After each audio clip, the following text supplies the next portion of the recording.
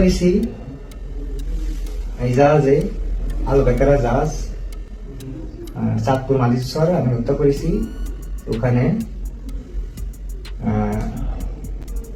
9 জন staff ছিলাম আমরা, আমি বাদে 8 জন। তাদের গমের বড়ি খাওয়াইছি আমি, এই তরকারির মধ্যে মিশিয়ে গমের বড়ি খাওয়াই। আমি চাইনিজ রোল ছিল মাস্টারের কেবিনে, চাইনিজ রোল দিয়ে আমি সবাই এক এক করে হত্যা করেছি। কেন হত্যা করেছি আমি তাদের জানাইছি।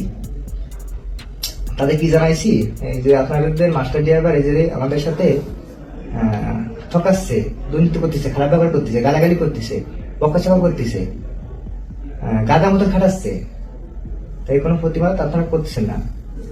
তারা আমার বলে কি, সব জায়গায় একরকমই, তারা আমাদের বলে কি প্রতিবাদ করলে নামায় দেবে, নামা দিয়া তো মগের মূল্য বলে নামা দেওয়া হয়ে গেল। এটা নামাতে গেলে একটা লোক নামাতে গেলে 3 মাসের বেতন দিয়ে বা বকেয়া বেতন দিয়ে নামাতে হয়। এই জায়গায় কিছুই হচ্ছে না। এই জায়গায় ফট করে একটা রাজাতে লোক নামা দিচ্ছে, কেমন ধর মামু করে আনতে কলা আমার নেমে গেলাম, তো নামা দিয়ে বলো 82 টাকা মারি দিবানি। 82 টাকা মারতে গেলে সারা বছর কেটে যায়, 82 টাকা আটকে যায় নেটের কারণে টাকা আসে না। এই 1 বছরের মধ্যে 5 মাস 6 মাস 4 মাস বেতন আটকা থাকে। আর এই বেতন পাতে গেলে 3-4 মাস এরকম ফোন দিতে হয়। তাই এই ফোন দিতে দিতে যে ফোনের টাকা যে হয় বেলা, এটা বেতন আলাদা ভাবে আরেকটা হয়ে যায়। তারপরেও মাস গেলে বেতন ফেটায়, যদিও কোনো জায়গায় ফেটায়, তো পুরোপুরি বেতন কেউ ফেটায় না, হাফ ফেটাই বা 3 ভাগে 1 ভাগ ফেটাই বা 4 ভাগে 3 ভাগ ফেটাই, এরকম। তা আমি 8টা মানুষে ফোন করেছি, তাদের ভাগ্য করে 3 জন আহত হয়েছিল।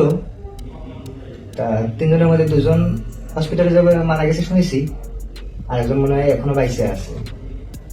তা যদি সে বাইসে থাকে তার কাছে আমি একটা জিনিসই বলি, আমি আপনাদের অনেকবার বলেছি, আপনারা শোনেননি কোন একটা কথা বলতে। আপনারা বইতেছিলেন যদি চাকরি হারায় যায়, আরে যদি জীবনে না থাকে তাহলে চাকরি দেখতে হবে। আমাদের যখন সমুদ্র ফাড়ি দিই তখন তো লাস্টে ডুবে যায়, মরেও তো ঠিক হয়ে না, এর তো কোনো গ্যারান্টি নাই। আর মরে গেলে কি হবে, ওই মৃত্যু কামনা করে চলে যাবে, শেষ। তাছাড়া তো কিছু না। এই আর কি, এ ছিল আমার বলার। তা আপনারা মেন জগৎ বলতি না, সব কিছু ওই জায়গায় সব কোম্পানি বা সব জাহাজ বা অন্যান্য ইত্যাদি যে সব ব্যবসা আছে, এরকম দুর্নীতি সব জায়গায় চলতেছে টুকিটাকি। তাই সব দুর্নীতি চললে আমাদের মতো শ্রমিকরা আমাকে এই 2 টাকার জন্য আমরা আসি ফ্যামিলি থেকে, কেউ মানুষ থেকে দূরে চলে আসি, যাদের ফ্যামিলি খুশি থাকে জানো।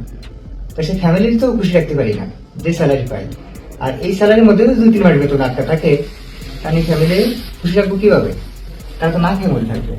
আর এখান থেকে আমরা যদি আরেকটা জায়গায় যদি যাই, আমি কখনো যাই বলতে এরকম তো অনেকে যায়, এই জায়গাতে চাকরি ছাড়া একটা জায়গায় গেল, ওই জায়গায় যায় যদি 2 মাস 3 মাস বেতন আটকা থাকে, মোট যোগালো কত 6-7 মাস বেতন আটকা।